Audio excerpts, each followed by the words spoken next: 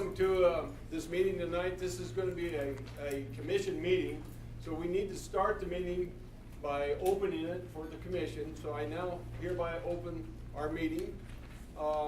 We will have a flag salute and then a safety minute. Then we'll turn it over to John Stahl, and he'll conduct the meeting from there.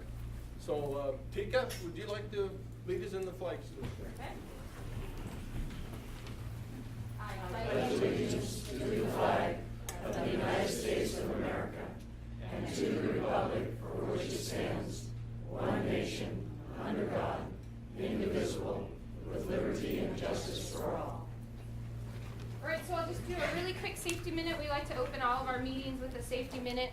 We do this when we're on campus, off campus, wherever we are. We have a culture of safety. So just a really quick one, and I'm sure you all know this living in Chelan. I went to San Diego over the weekend, and I did not wear sunscreen on a day that was overcast, and my belly now and the rest of my body were not real happy with me. So sunburning a pregnant belly didn't feel all that great. So just remember to try to wear a daily face sunscreen, and then make sure you wear your sunscreen on days that are cloudy, because you can get sunburned. Okay? All right. Thank you, Tika. I'm John Stoll. I'm the Managing Director of Customer Utilities at Chelan County PD. Can everybody hear me okay? Great. Hey, wow, I appreciate everyone coming out. This is great. This is what we had hoped for. It's lots of community engagement as we work through looking at the North Shore of Chelan and the opportunity to site a substation for the growing load that's out there. So, I don't want to rehash a whole lot of history, but we've been working on this for about a year. It's been a really unique effort for Chelan PUD. We've stood back and we've recognized the need. And we've engaged a community group from this area to represent the community and help the PUD as we work through the community and with the community looking for a substation site. We're not there yet. We've been working on what would be good characteristics and criteria, and you'll hear some of that tonight. But we are at a really interesting point where we've got some narrowed areas. We've got some parcels that we're evaluating. And this tonight is an opportunity to talk about that and get more input. We've had quite a bit of input already. We'll go through that. But at the same point, we also want to open that up further. I would like to thank the community. It's really been an enjoyable experience to get to know a lot of folks. Get to know a lot of people. A lot of the folks from the topic, we call them a topic team. It's been very successful at the PUD.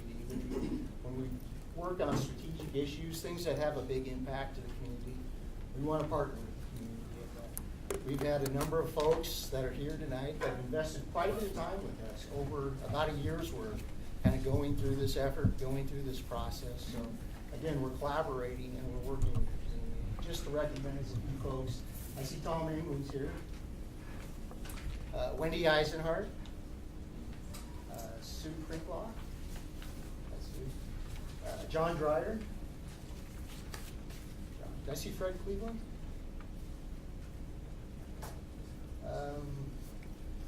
Steve Furman. And anybody else from the topic team that I didn't see? Kelly Allen. Kelly Allen, yes. Yes, and Michael Gibb has joined us over the past couple of months. He's been engaged working on this effort. So, again, really appreciate the time and effort these folks have put into it. So, anyhow, we're here. One thing I really want to stress is we're still in the middle of the process. We've worked pretty hard to get to this point. We're not done. This is an opportunity again to get that input. We have a couple of parcels that folks have come forward and say, you know, I'd be interested in holding a conversation with the PUD. I think my parcel, piece of my area might work. We'd like one or two more, to tell you the truth. It'd be nice to have that. So when we evaluate these different areas, we understand what the trade-offs are. We've heard a lot about aesthetics. We've heard a lot about wildlife. We've heard a lot of concerns. We also have to understand what are system concerns. What are things that we just have to have in order to site a substation? When we went through this process, we had other folks come forward and say, hey, you know, I've got a piece of property that may make sense.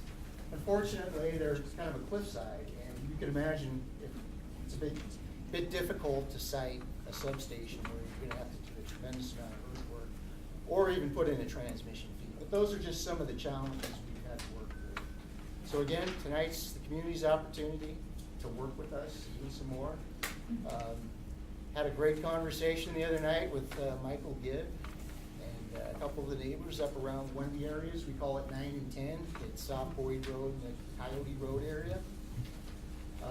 Great synergy, great information about, hey, how can we help you work through this? So really appreciate that spirit. And we really want to leverage that and move forward underneath with that in mind. So yeah, thank the community. These aren't easy. Siting substations, it's just, you know, they're a big piece of infrastructure. We get that, we understand that. But we certainly, we want to maintain safe, reliable power to serve this area as it continues to grow. I was talking to Chad Rissman, our managing director of engineering and asset management. And probably the last time we went through an effort like this was in the 70s for the North Shore. So the area's grown, it continues to grow, so the need's there. It's not imminent, but a substation, once you have a site, you're probably looking at 2 years for what it takes to get the site ready, get your bid documents out, get all your engineering and design, going through your conditional use permitting process, building the site, commissioning it, getting it ready to serve the load. So again, our role is to ensure we're ready with safe, reliable power to keep that. The board has directed us through this process to bring them some choices, involve the community. We're not there yet. This step kind of kicks off a little deeper view into that, and we'll hear about that more. Actually doing some renderings what these substations might look like, taking into consideration the input. And if we have 3 to 4 properties we can do that with, so the board, in conjunction with the community, can make a choice that works for the community, that's our goal. So with that, I'm going to turn it over to Chad, who I mentioned earlier. Oh, sorry, Sean's up first. Sean Seaman he will be our facilitator tonight, so when we get into question and answer. My first job was to make sure I had my role inputted, so thanks. Let me turn it over to Chad here just momentarily. So, my name's Sean Seaman. I do work for Chelan County PUD. I was asked to help with this process, and go to a lot of public meetings, and to see this kind of turnout is fantastic. So kudos to y'all for all showing up today. A couple things, reminder, this is a board meeting. We are taking notes. It is being recorded. Is the audio going to be loud enough? Do we need the mics? Do you think you'll be okay? The mics are working now if you'd like to use them. Yes, let's use them. There we go.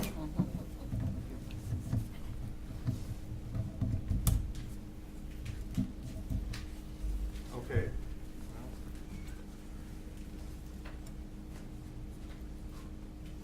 The green light. I have a green light. There you go. Okay, Just takes a little second. bit of time. So just a quick update on what the meeting purpose is. You heard a lot of this. I'm just going to repeat this quickly. We're just giving some update to this community about where we are with this process right now with the site under construction, or consideration, excuse me, not construction, under consideration. And gather some more input from the community members. So tonight, our hope is that there'll be an understanding or desired outcome of this meeting tonight, an understanding of the site selection process, that this group, the community, is informed of the next steps and timeline, and then that Chelan PD gathers more feedback from the community members. So the way we're gonna proceed with this is Chad Rissman will be coming up and giving you an overview of the need for the substation. They'll be including the review, the site selection process, and we'll follow that up with some Q&A. Now, there was about 6 people signed up for comments, and we'll bring those comments in afterwards, but I'd also like to hold any questions that you might have until Chad's done, and all with the goal of getting you out of here by 6:30. With that said, if you have questions beyond and people want to stick around, my understanding the staff will be available to answer questions for you, either in groups or one-on-one. So make sure before you leave today, if you have any questions, that they get answered. If you have any comments, get them out today for us. So we'll be recording those. Again, with the video, we'll be scribing them. Tika will be scribing them. And the other thing I want to point out, and we can get to these when we get to the Q&A, that we have received considerable public comment, and we'll hit on those when Chad's done with this, to let you know what kind of comment we have received. And if this is similar to what you want to say, perhaps we feel comfortable that your voice has been heard, we want to add something, we'll just add to these. Any questions on the format? Chad will be talking, open it up for Q&A after that, and then the public comment as well. Very good. With that, hand it over to Chad Rissman.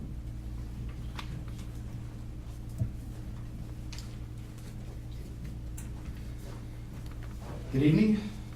Chad Rissman, as John Stoll mentioned, I'm the Director of Asset Management and Distribution Engineering, so responsible for construction and maintenance of our substation and distribution system. Wanted to talk a little bit about the need for a substation. Haven't heard a lot of disagreement about the growth that's occurred here in the North Shore area, so I think we all understand the need and how much growth there has been. I want to talk a little bit about what a substation is, just briefly, its function. We did some longer kind of 101s earlier. Hopefully you were able to see that. We do have some things on the website too that explain a little bit more about the functionality of a substation. And then, as Sean and John mentioned, I wanted to talk a little bit about the process that we put together to try to get us to the point where we're at right now. And then after me, we'll talk a little bit about what the next steps are.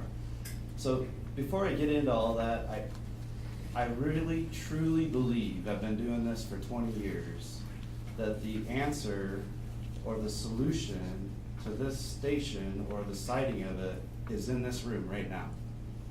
I believe that it is. I believe that with the engagement, with cooperations, with coordinations, that something will come up. We might be there, we might not be there at this point, I'm not sure. So for that reason, I really appreciate your guys' help.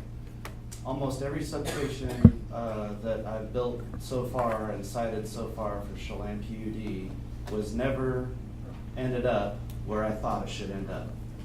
And so we're open and willing to work with folks. It is you that knows best. The community is you that knows best. The property owners, what might work and what might work best. Heck, maybe we could even find the perfect station. So thank you for coming tonight, and thanks for your participation.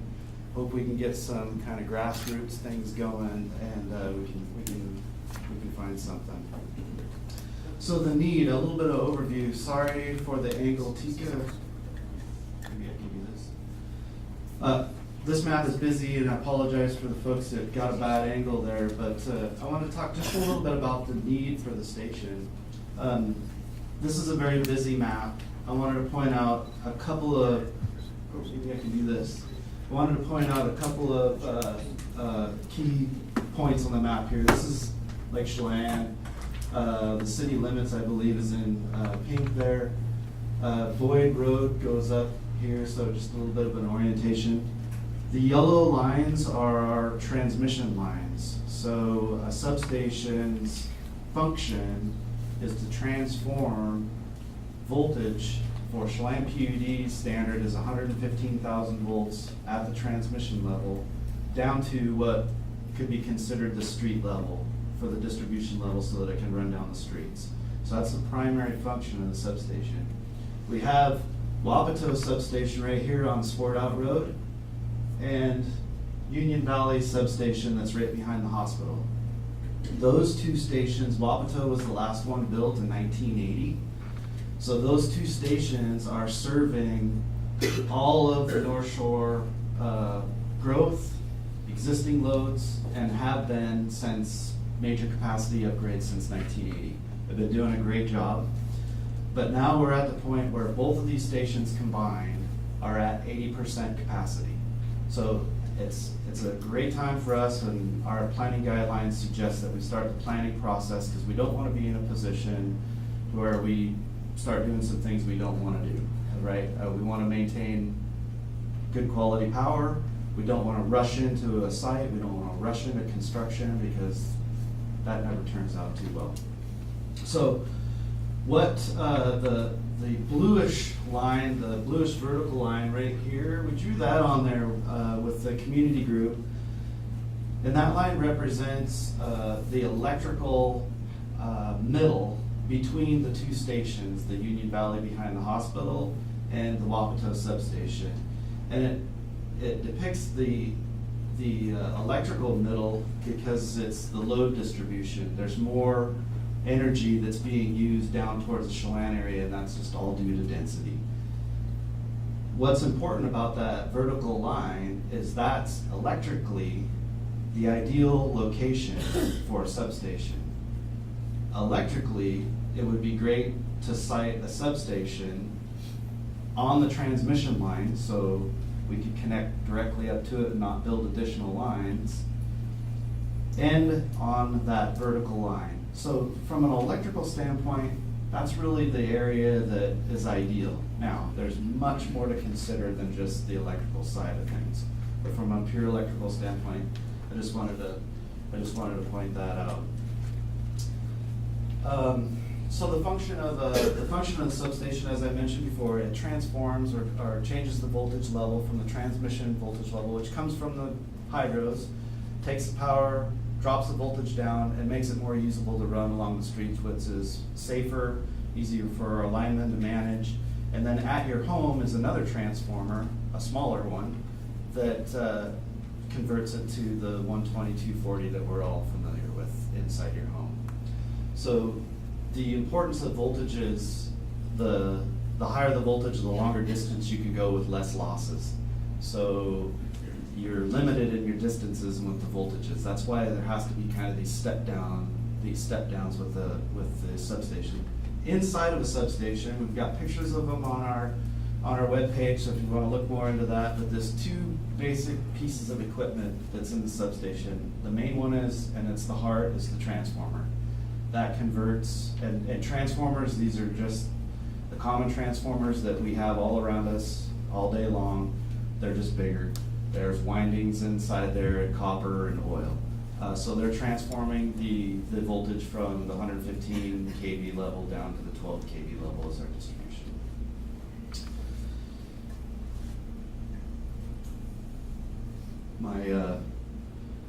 I'm an engineer, so I need no cards, otherwise it's not good.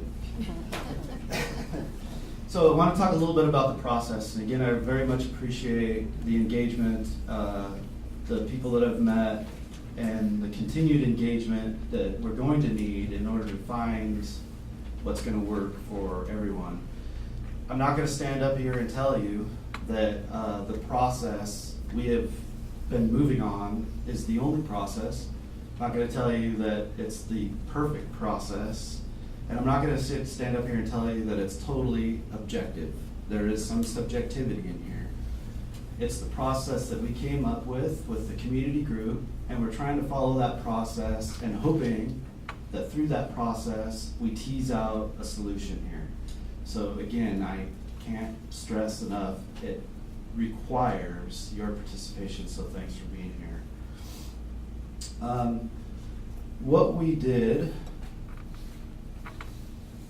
with the community group is we first sat down and started talking about what goes into selecting a substation. What are the various needs that a site have to have, or the attributes that a site has to have, or a substation has to have?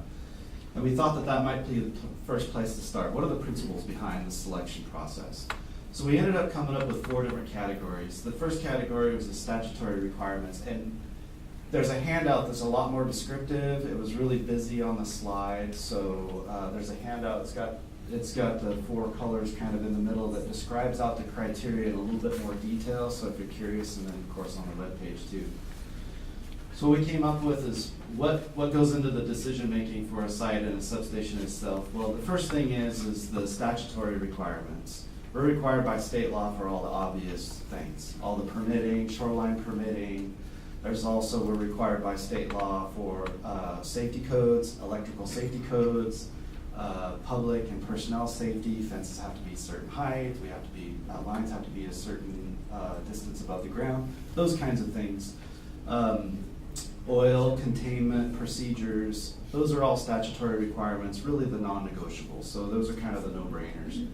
Then we got down to the next level, which are the PUD standards. And the PUD standards, are what allows the PUD to be efficient and effective. We have 1,600 miles of distribution line and 30 linemen that maintain it. How do we do that? With very few resources, we rely heavily on standards. So to deviate from those standards just means efficiencies start to drop off. So PUD standards are the size of the transformer, the voltage levels. One of them was overhead transmission, which has came up a few times. We hear some comments about, well, let's consider underground transmission.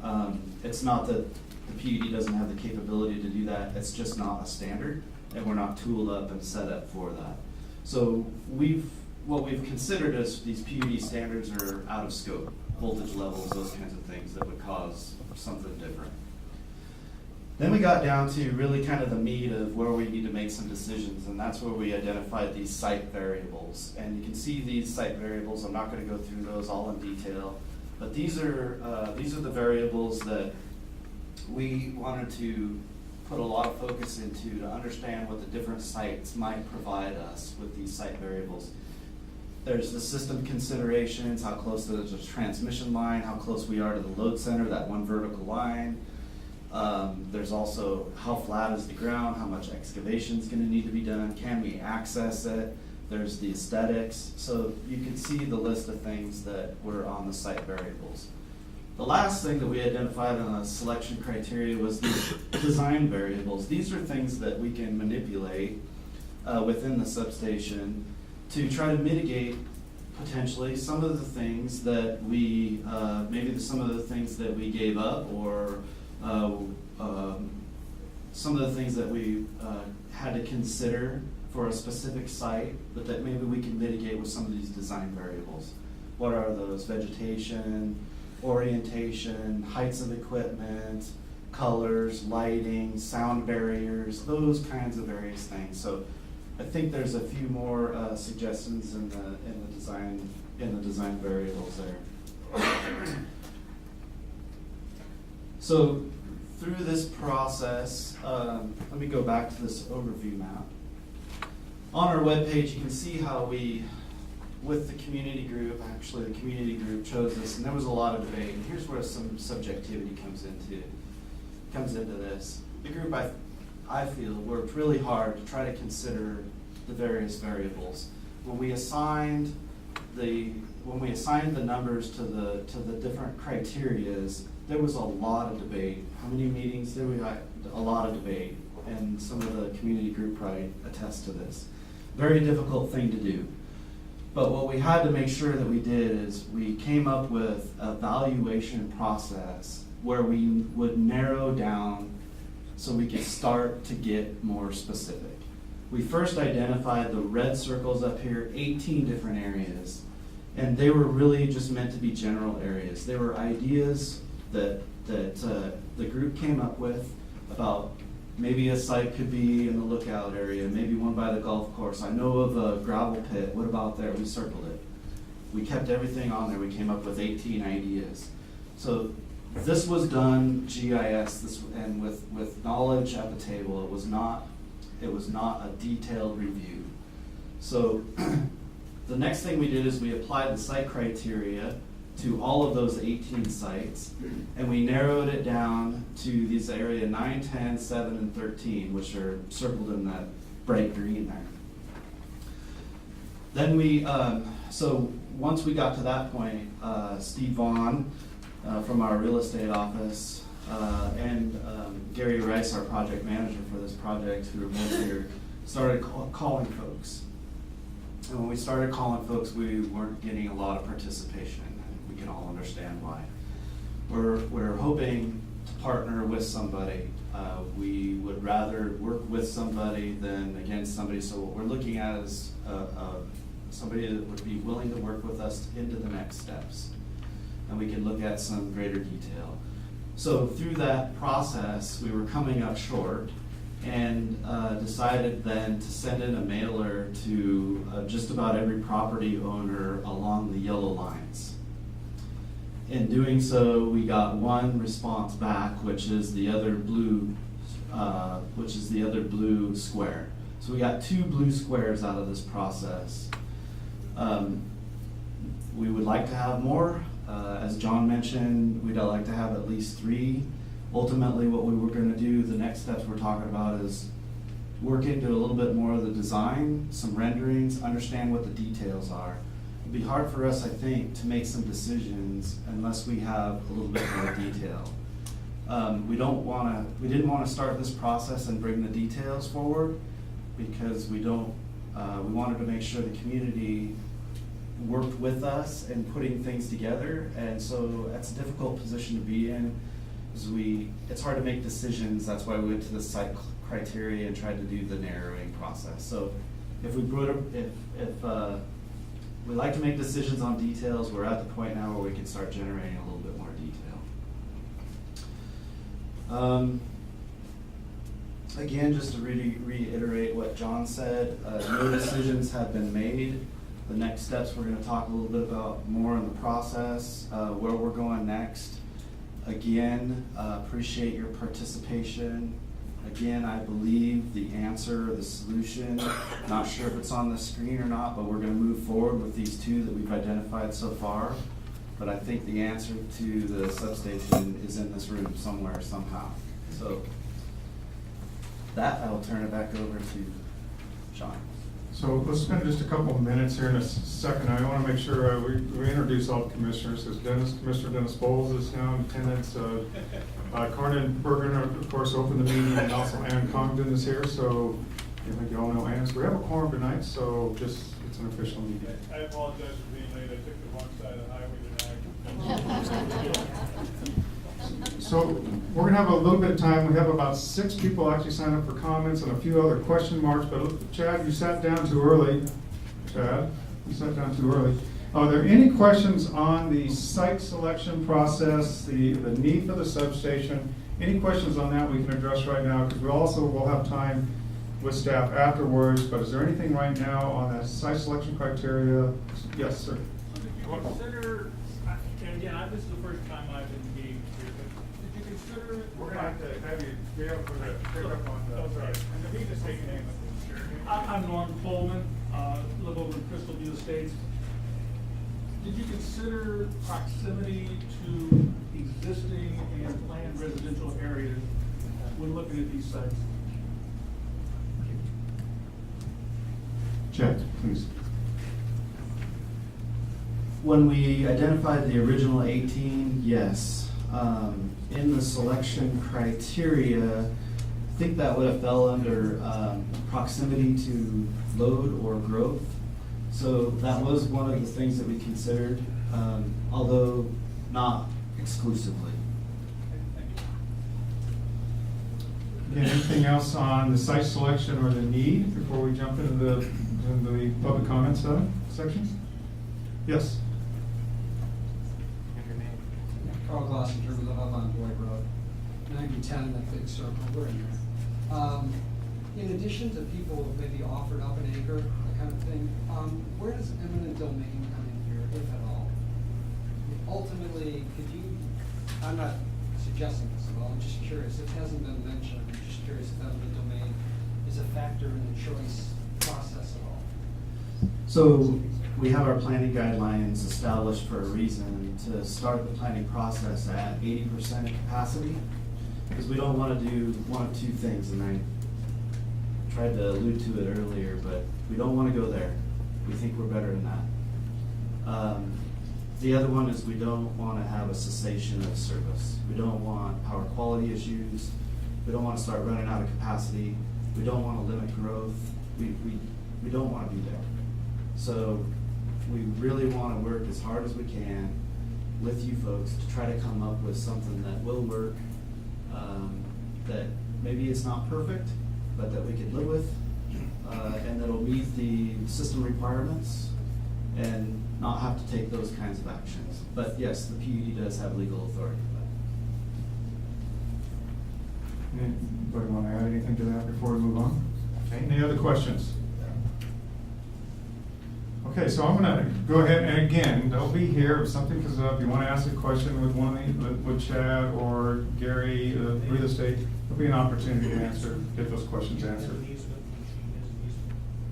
So, we're gonna go ahead and focus on these questions over here real quick, these are the comments. excuse me, thank you. So I just want to make sure you know what comments we received, and then again, if you have similar comments, you think you've been covered, great, but also good for you to see the comments we received. And what Tika's done is grouped them, and then the hash marks are those that are the number of people that said something like this. We didn't get that many comments, but we had a few people giving multiple comments, and that's what she's categorized them here. So the first one, I know it's hard to read, so I'll just read them for you. I think I got my glasses here too. The substation well, first, have an impact on the in-use and enjoyment of neighboring properties, cause undue hardship in neighboring property owners, decrease the quality of living and peacefulness, damage neighboring properties, and there were 7 comments related to that. The next comment or category is a substation will devalue neighboring properties, and we had 8 comments on that subject.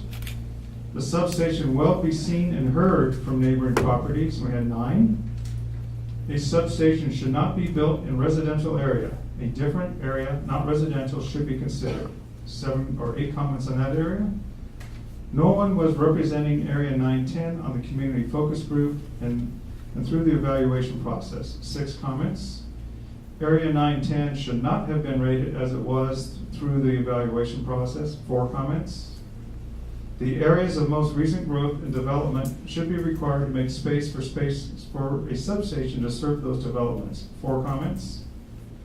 I was not made aware of this project early enough in the process. 6 comments. Wildlife in the area would be negatively impacted. 5. Design variables / mitigations are not sufficient. 3 comments. Health concerns about living near a substation. 2 comments. And that the PUD should bear the cost of putting the substation in a remote location. 2 comments. Again, if you're good with that, but if you want to repeat that, please. We have, again, 6 people that have signed up for comments. I'm just going to go down the list. I'll hit those who signed up yes, and those who had question marks who want to step forward or still should have plenty of time. But we can keep the comments to a couple of minutes because there are a lot of people who have question marks. And we want to try and honor your time and have you out of here by 6:30 if possible, again, sticking around. So again, when you make your comments, it looks like Kim's going to help with the mic, and if you can state your name, I appreciate it. Again, remember, we are recording this. So first one I have, is it Robin Vogel, correct? Or Carrie Morrison, all right, both?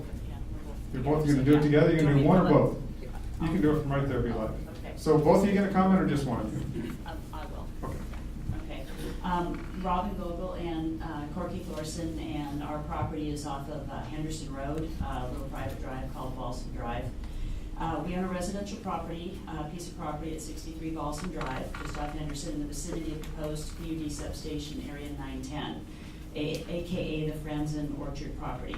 We short-platted our property several years ago, and it now consists of a single-family home and 2 vacant lots that we have no immediate plans for, as we relish the privacy and seclusion and are not anxious to create immediate neighbors. We received a notification a couple months ago that PUD was interested in purchasing property for a substation. But since we have no interest in selling any part of our property, we didn't pay much attention. We received another mailing about the August 9th community meeting. However, as we live on the west side and had prior obligations, we were unable to attend. It was a surprise to later learn that the August 9th meeting was actually the 5th focus group meeting in this process. It was brought to our attention mid-August by a neighbor in the 910 area that there seemed to be a strong likelihood that PUD was leaning toward a substation in the Franzen Orchard area, and it will in fact affect our property from the standpoint of lighting and possible noise, in addition to equipment brought in for routine scheduled maintenance. We proceeded to do a more in-depth review of the Franzen Orchard plat and have reached the conclusion that we are definitely not in favor of locating a substation in this area. From the August 9th meeting notes, and I quote, PUD staff said that there will be several components of the actual substation grounds, including fencing, lighting, new noise reduction measures, and much more. When the project gets to the more detailed design phase, the adjacent neighbors will be actively engaged in the aesthetics discussion, end quote. We are honestly not interested in any reduction measures. We want to remain completely oblivious to the presence of a substation anywhere near our property. We're extremely concerned that noise, lighting, and proposed maintenance schedules will not be able to be completely cloaked to this extent. The primary reasons we purchased property in the Chelan area where we did was the quiet all the time, the privacy with nothing on 3 sides of us and a 180-degree view of the lake on the 4th side, and the ability to count on stargazing any night of the year with a clear sky, with no impediments from neighboring lighting of any kind. The thought of relaxing on our covered deck or in our hot tub or sitting in our garden enjoying a glass of wine on a clear starry night while listening to a low hum in the distance or seeing even a slight glow of light from a substation is not something we are willing to accommodate. We understand the desire to keep construction costs down whenever possible. However, we've owned this property since 1990 and have looked forward to enjoying it for many years to come. We're simply not willing to sacrifice our property value or our enjoyment of it in any way to accommodate a lower cost or a shorter process for PUD. From the notifications we've received, it appears the comment time frame for potentially affected property owners has been going for only a couple of months. And yet there were communications from the August 9th community meeting implying that owners objecting to the Friends and Orchard site at this point were a bit late to the game. We trust PUD is completely upfront when emphasizing they're not going to rush this process and will continue to explore other potential locations that will not detract from anyone's enjoyment of their property. In closing, we believe PUD has a duty to respect its property owner and customers no matter where they entered in on this process. A PUD substation belongs only in a location where it cannot be seen or heard from residential properties. The substation located on Highway 97 up the road from the entrance to Bear Mountain seems to be a good example. Thank you very much for your time. Thank you very much. Next up, Tom Watson. Can I say something Oh, briefly? please, go ahead. Yeah, Kerry Thorson. Just a second. Oh, sorry. Yeah, I co-own the property with Robin, and I'll be really brief. Some things that have come to my attention tonight was the blue line, which PUD has said would be optimum for placing the substation on that, as close to that blue line as possible. I don't know what the costs, the mitigation costs would be as far as moving it out from that blue line and maybe up the hill. I was thinking of the 13-14 site. And also, I understand PUD is going to come up with estimated costs for the distribution lines to send them back to, or to go back to the transmission lines. So I guess we'll have to wait and see what those costs are going to be, but I would much prefer it to be in a more agrarian, rural area, you know, so it wouldn't be in our immediate vicinity where the homes are. And here's the other thing is that when people have bought in the area, they're living there now, it's one thing to buy and then have it move in. It's a completely other thing to have it be placed out somewhere and then you move next to it. So that's all I want to say. Thank you. So make sure you said mitigation costs, or you're talking the incremental costs of moving it, or Well, the difference in where it would be versus someplace else? Right. I don't know how, yeah, as far as the distribution line costs, moving away from that median and up the hill ways, yeah, what those would be, it'd be interesting to find out. Thanks. Great. Kim, thank you. So Tom, thank you for waiting. Oh, sorry.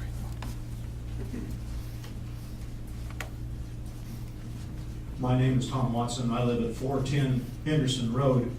Those of you who are familiar with that out there, I'm the guy who's living on top of the cliff. I have people who want to visit me and drive up my road, okay? The number one thing is that there's going to be a very large negative impact on the wildlife. I haven't seen any figures, so I thought maybe you'd like some figures. In the wintertime, there's both a whitetail herd and a mule deer herd that are down there, and they use the Franson orchard of the Franson property and the cherry property behind it, both the apples and the cherries. They love those orchards, and there's a lot of them. This last winter we had between 50 and 75 combined of the mule deer and the whitetail. Now, where you have whitetails and you have mule deers, you also have other critters. I had a cougar at my house 9 weeks ago now, within 50 yards of my house. Wasn't hunting anything, he was just standing around watching. A coyote is what he was doing. A year and a half ago, at 3 o'clock in the morning, I had a wolf howling, and it was within 100 yards of my house. And before somebody stands up and says, well, it was just a coyote, I know what coyotes sound like. I worked in Alaska, I know what wolves sound like. This was a wolf, okay? We also have a red-tailed hawk nest right behind my place. There's also right behind the Franson orchard, within 100 yards of the Franson orchard, there's a great horned owl nesting. And I'm not even talking about the coyotes. There are coyotes all the time. They're all over the place. We also have a lot of quail and something that is getting to be really rare in our country, and that is chukars. I had about 14 chukars this summer one time. That's all I've seen them. There used to be lots and lots of them. There just aren't very many of them anymore. So anything that you do in the Franson orchard is going to impact those deer and the other animals that live around them drastically. Now, where I live, I'm gonna be looking right down at the top. If it's at the Franson orchard, I'm gonna be looking right down on top of it, and there's gonna be, as I understand, light pollution involved. I also understand there's gonna be noise pollution, and I think it would be a lot better if we put it out at the wine sap site out there, because there's very few homes or anything out there, and that is going to be an area that is going to grow rapidly. You all know what's going on down below Boyd Road with all the houses going in there. There was a proposal a short while ago to put in a golf course out at where the Boyd Loop Road meets the Boyd Loop. In addition to the golf course, the proposal was for 500 houses. Now, I don't know that you can plan that far ahead, but it's going to happen. Once Crystal View fills up, and it's filling up, and the two new places that they're doing down there fills up, they're going to keep going out. And I don't understand your blue line, but it seems to me that your blue line is going to need to be moved out farther to meet the needs. There's a lot of homes going out there in the Echo area. If you drive around back up in there, it's hard to believe how many homes there are up in there. I firmly believe that you should move to the wine sap location. So your primary issues of Chicago, we have some wildlife issues and impacts, and you're also summarizing noise pollution, light pollution issues as well. Yes, sir. Great, thank you very much. Next up, we have John Dreyer. And a pass. Okay, thank you very much. Next then, Carolyn Glossner. Glossinger, sorry. That's okay. There's a Glossner too, so that's why I thought I should say something. Hi, I'm Carolyn Glossinger. I live with Carl at 490 Boyd Road. We're in that huge impact area of 910. I walked with Chad and John and a couple of neighbors, pointing out to Chad and John why our area is not a good area. Now, I also pointed out to them, hey, it may seem like Carl and I are late in the game, but we had not had any communication until June 13th. I'll actually use the date. Tika sent us an email. We got a flyer in the mail. We did not get a call. I did call Steve Vaughn. I emailed, but I can't find either the email or anything to say, no, we were not interested, and gave our reasons for not selling our property.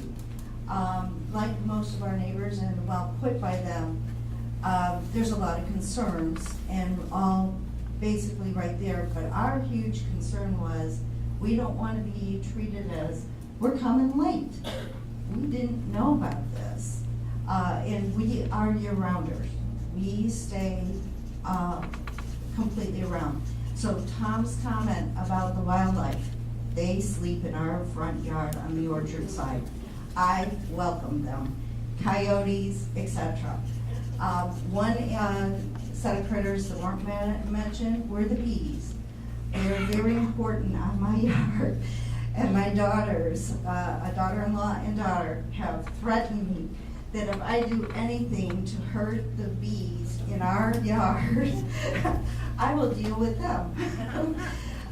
Or they'll deal with me, I guess I should say. So, you know, they're telling me, hey, our lives depend on those bees. So I have not removed any bee habitat, etc.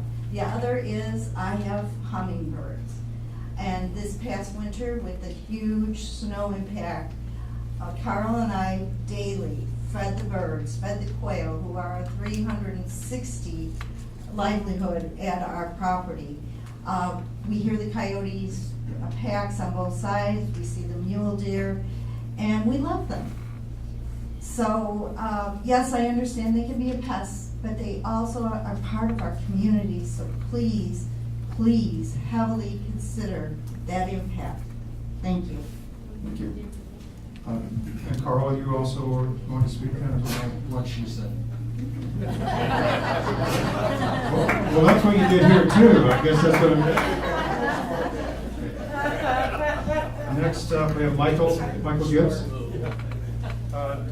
Kim, Michael. Microphone. Thank you, Michael Gibb, live at 610 Boyd Road. And before I get into some brief comments, and I'll keep them brief as much as possible, I really want to recognize the hard work that all the PUD staff and all the members of the community focus group have put into this project so far. I'd like to publicly applaud the work of Tika Sellers, Customer Relations Manager, and John Stahl, Managing Director, Customer Utilities, and Chad Rissman, who we've heard from tonight, Distribution Engineering Manager. Tika has been just really gracious and cooperative and responsive. Every time I've called her or emailed with her, that's fantastic. John and Chad, as you heard earlier, they took the time to come up to Chelan. They spent some of their personal evening hours to walk 910 with us. They demonstrated active listening and transparency and collaboration. And that's what we need as we all in this room look to find the optimal solution to the North Shore substation dilemma. As a full-time resident of Chelan, about a 9-iron away from Ann Mary's orchard, and living in Area 910, I'm categorically opposed to the further investigation of Area 910 for any potential site of the NS substation. I represent 17 landowners and families living in the Coyote Hill, Henderson Terrace, Henderson Road, Boyd Road area, and our unanimous position is as follows. 1, yes, the North Shore needs the added capacity of the third substation because of the imminently added load that we've discussed tonight of new housing developments in the Lookout, Crystal View Estates, Legacy Ridge, and the Reserve, and for growth throughout the North Shore, especially to the north. Well, just as those who live below Boyd Road don't want the NSS located in their areas, we don't want it in our neighborhood. And it is a neighborhood in Area 910. The placement of the third NSS should impact residential neighborhoods as little as possible, as do the South Shore, Union Valley, and Wapato substations. Number 2, we are specifically against locating the NSS on any part of the Franson 13 acres. Before I go on, quickly let me mention, I intend no potential deleterious financial impact on the Fransons, but at the same time, I don't look forward to a deleterious impact on 17 neighbors. The opposition is based on degrading property values, visual pollution, health concerns, wildlife has been discussed already tonight, and the residential versus agrarian issue, noise, lighting, construction, etc. And 3, on principle, as has been alluded to, Area 910, which includes the Franson property, should really never have been scored as high or desirable as it was, and it should never have emerged as one of the top potential areas based on the PUD's criteria. We had no representation from our neighborhood. Now, true, this is because none of us was self-informed and active early on, but we are participating actively now, and we have been for the last 2 to 3 months. And it's never too late for constructive input. Quickly, looking at the substation matrix for evaluation, Area 910 was scored as highly desirable as a site, all 5s, on the criteria of aesthetics and neighborhood values. That's the same as areas 7, 12, and 14, where there are no neighborhoods. That sort of discounts the opinion of the people that live in 9 and 10. Area 910 was evaluated as a 4 for wildlife environmental considerations, the same as areas 6, 16, and 18, which are high-density developments with arguably less or no wildlife habitat. Well, the ratepayers, we who live in Area 910, have scored 910 very differently. I ask the question as I conclude, how is rating an area all 5s in the general category of aesthetics a, quote, defensible procedure, unquote? While I do hear the desire to move forward with the 2 candidate sites for, quote, further analysis and pre-engineering studies to uncover more specific yet transferable learnings, unquote, we believe future steps should include eliminating the Franson property at Area 910 as a candidate site, continue further analysis of the agrarian Chelan Heights orchard site, and additional outreach to landowners in rural agrarian areas under and near the transmission lines to find and acquire the optimal site. I and many of my neighbors look forward to contributing actively and positively in these endeavors. Thank you for the time. Thank you. You'll notice that Tika hasn't been writing down all the comments. Some of these comments were received earlier, and that's why we've captured those. We're just not capturing those again here right now. There were a few other people who had, there was a maybe, Tony Berry. Would you like to go ahead and speak? I just have a small comment. Thank you. My name is Tony Berry, and my husband and I live at 325 Henderson Road, and I am a 3rd generation Chelan resident, so been here for a long time. And the main thing that upsets me about this type of thing is I want everyone to remember that this is being set up for the next group of people to come into our area and enjoy. If we always said, not mine, not in my area, I don't want this, none of us would have anything. So let's keep an open mind and be positive. Thank you very much.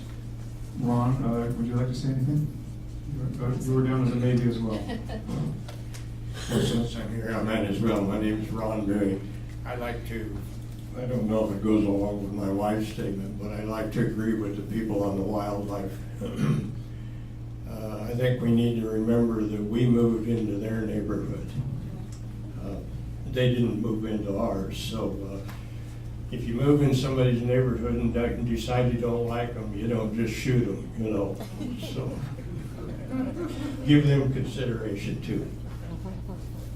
Great, thank you. Anybody else? There's a few people that had question marks. Anybody else have any comments? Where you're getting toward the end of the meeting, but we'll get over to you here next. Thank you. Pam Sent, 77 High Point Lane. I am very familiar with eminent domain. We had our house basically taken away from us through the school district, and we were told that we could live there for as long as we wanted to, and then not long after that we get an eviction notice. I just would like to say that I hope the PUD doesn't act that way.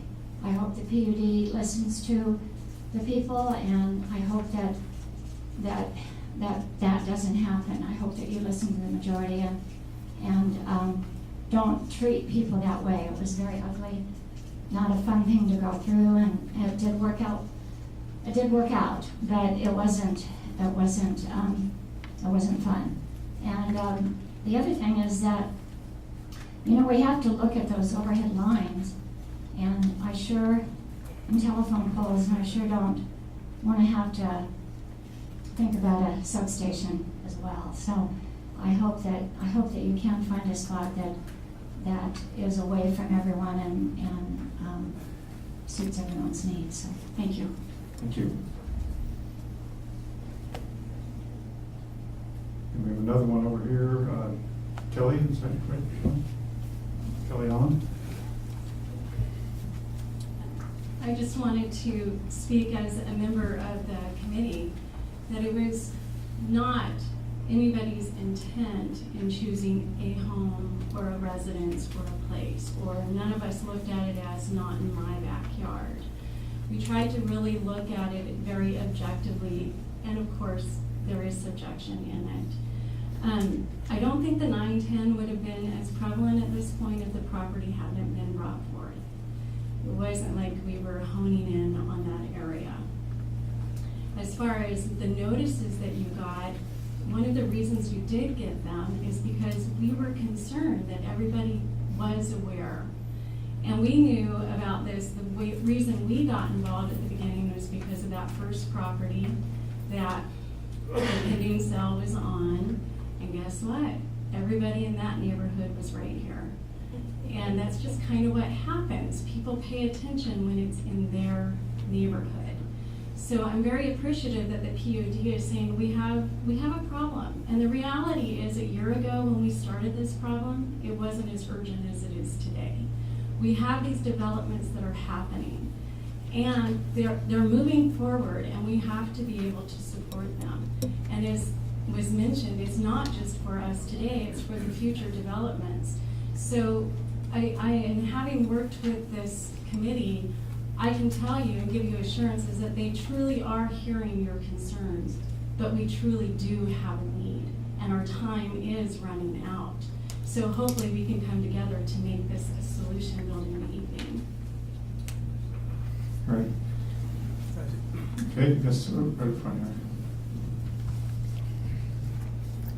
Yeah, I'm Scott Franzen. I'm the half owner of the orchard with my mom here. And my mom originally turned down, when she got things, she turned it down. And then about probably a month or two later, she calls me up and said, I got a letter for you. And so I said, well, who's it from? She said, PUD. And I said, well, what's it about? And she said, well, they want to put a substation up here in our area. And she said, but I turned them down. And so I thought, well, geez, Mom, you're on Social Security. We got a piece of property here. I have no idea what it's worth, but I help support my mom. And I thought, you know what? Let's check it out and just see what the deal is. I have no idea what the deal is. And so I contacted Steve Vaughn, and we started talking about it. And we got 18 acres, not 13 acres.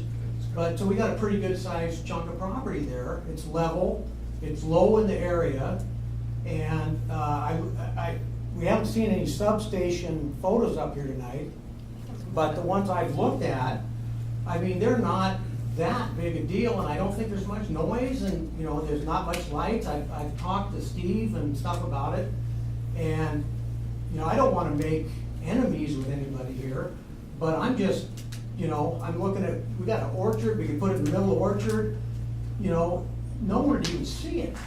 We got trees around it and everything, so that's kind of where we came from, because I thought, if we could, sell a chunk of our property, I don't know how many of you are orchardists, but, if we sold the property, we could probably keep on selling apples for a few more years, because there's not much money in it, and so that's kind of where we came into this whole deal, and I personally didn't think it was going to be a huge deal, I know a few of our neighbors, I don't know them all, and we talked to some of the close ones and stuff, but that's where we came from. So I just want to let everybody know where we're at. That's why we're here. And I don't hold any resentment. I agree with Tom on the wildlife. There's a ton of deer and stuff up there every year. They come down, they eat our trees and stuff like that. We live with them. I lived up in Alaska for 20 years, and we used to go hunting up in Alpine, and there was substations and stuff up in Alpine. There was deer all around it. I don't think a substation is going to keep the deer from coming through our orchard. They got food there, they got water and everything else. But Tom does a lot for my mom. I like him a lot, and so anyway, I just wherever this goes, it goes. But I just kind of want to give our view. Thank you, guys. Thank you very much. Any last comments before we close? Whoa, we've got all sorts of hands up. So I'm gonna ask then that we keep them very brief because we are past our time at this point. So just very brief comments, please. Start right over here. Marilyn Clements, and I live on Manson Boulevard. But I just have a question, a quick question. Why, with all of the new developments, are they not required to set aside a piece of property? Because they're the ones driving all the need. Yeah. Chuck, do you want to answer that? And we have that FAQ on our website too. Well, my first reaction to that question is, great idea. Let's get it in the zoning and planning. So part of the position of the PUD is we don't, we're not the ones driving the growth, we're just responding to it from the utility infrastructure.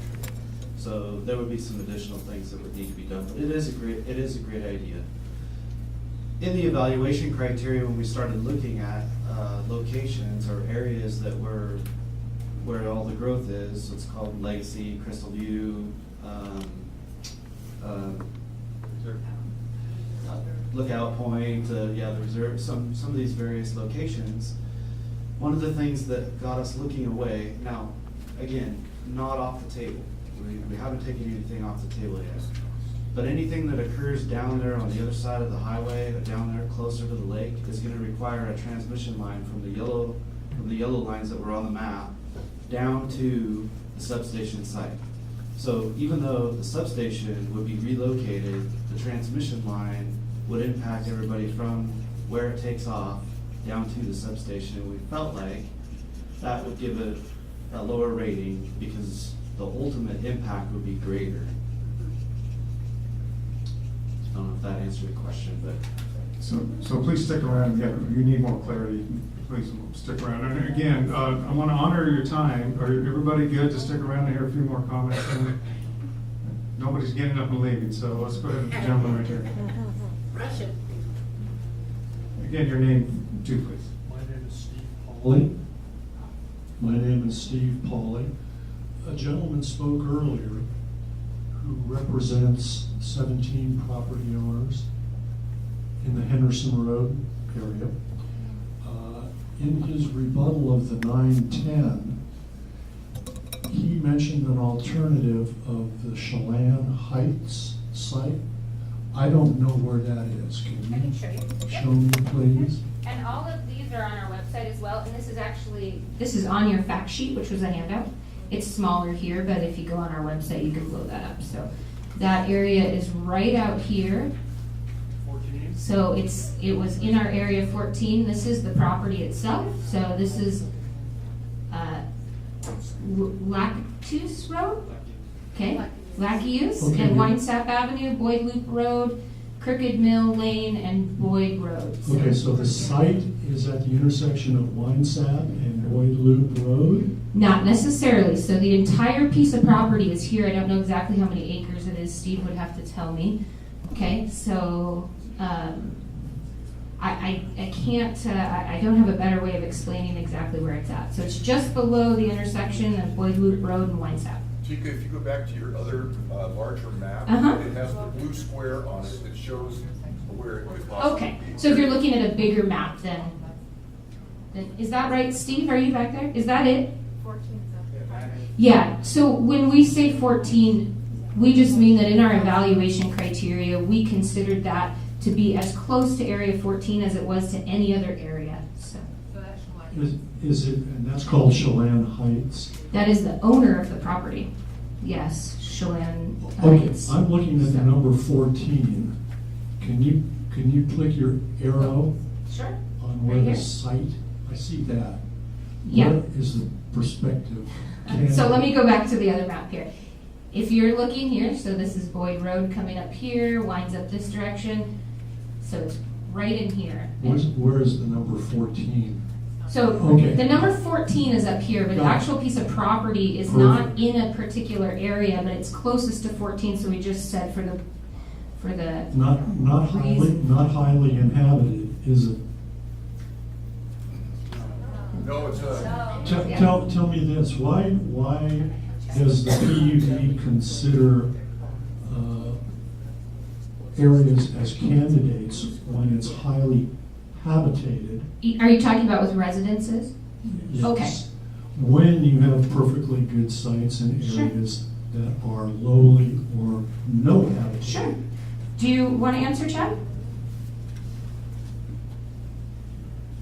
So, as I mentioned before, in order to meet our operational needs, the ideal electrical site would have been at the intersection of the yellow line and the blue vertical line. We suspect, and as discussed before, we suspect that the further away from that we get, the more lines that are going to have to go from that location down to the blue line. We won't know further until we do some more analyses, but we felt like the further we got away from that area, the more lines we would have to build, and likely the sooner we would need another one. Are you treating this more as a budgetary item or a convenience item? We have not done the cost estimates yet, so that was the next phase that we were gonna do. Once we get to the point where, in this next phase where we can build out some cost estimates, I think those cost estimates are gonna be transferable to other locations, and we'll have a little bit better sense of what the differences are gonna be, where the lines are gonna need to go, how many new lines are gonna have to be built, and then the associated costs with them, so we haven't done those cost estimates yet.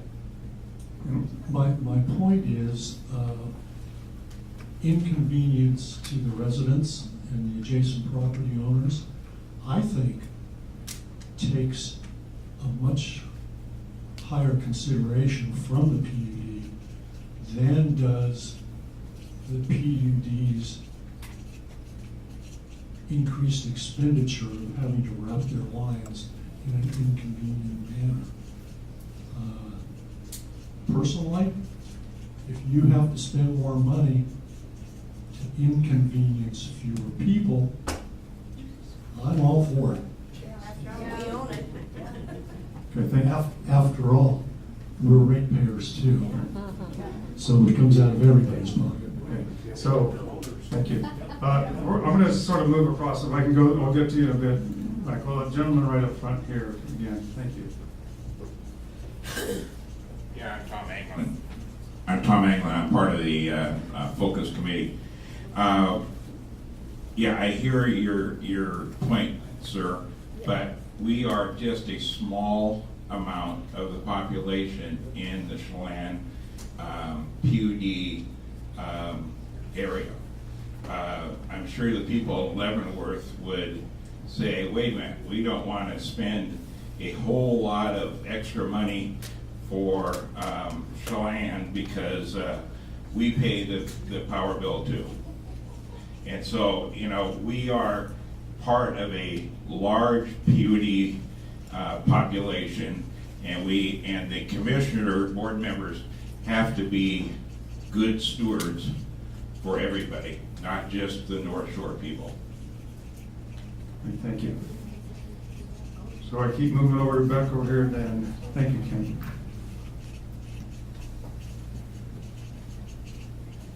Thank you. On the comments that were made about projected costs of lines, remember we're talking about distribution lines, not transmission lines. Distribution lines come from the substation and go to neighborhoods.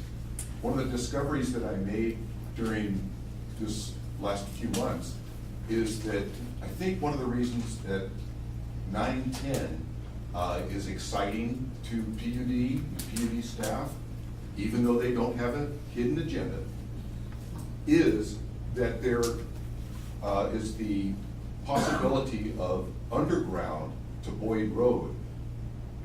If I'm not mistaken, there are underground distribution lines along Boyd Road.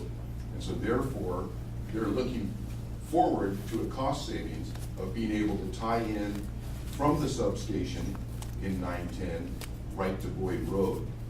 So I agree with you. I think neighborhood priorities are more important than those cost priorities. As a ratepayer, I'll pay a little bit more to have this sited in an agrarian area. Okay, thanks. So we are going to get to the timeline and what some of the questions or points are coming up. We'll talk about just briefly here. Is there any other comments you'd like to make? Because otherwise we can go ahead and wrap this up. And those who want to stick around, staff will be here to answer any questions for you. Okay. Tom, sorry, real quick. One thing. When you apply. Just a second. We'll give you the microphone. If you keep it brief and we'll be able to move. When a developer applies for a permit to do a development, he has to meet several requirements, one of which is the PUD has to be able to supply power for him. If the PUD can't, he can't develop. So it's not just, we've got to meet the development. We don't have to meet the development immediately. Thank you. Okay.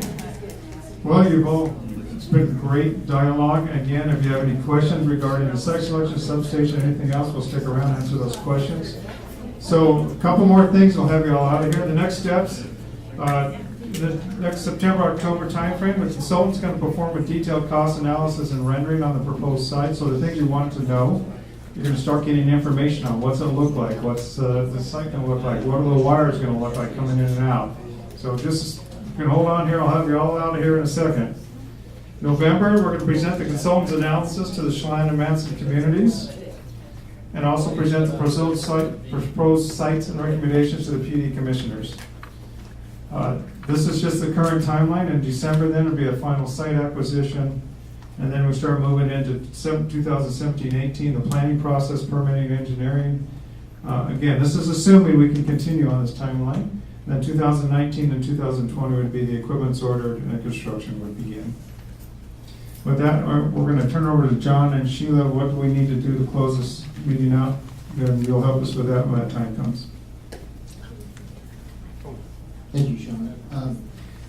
Again, I just want to really brief thank everyone again for your active engagement, your comments. We certainly want to encourage this to continue on, as I stated earlier. And Sean's backed up. We do have a timeline, but we're controlling that to some degree. We'd like more options as well. It'd be nice to present 2, 3, 4 options for the board to consider and the community to weigh into. But again, this was a great evening, lots of input, lots of back and forth. Appreciate your time and look forward to working with you in the future. Thank you.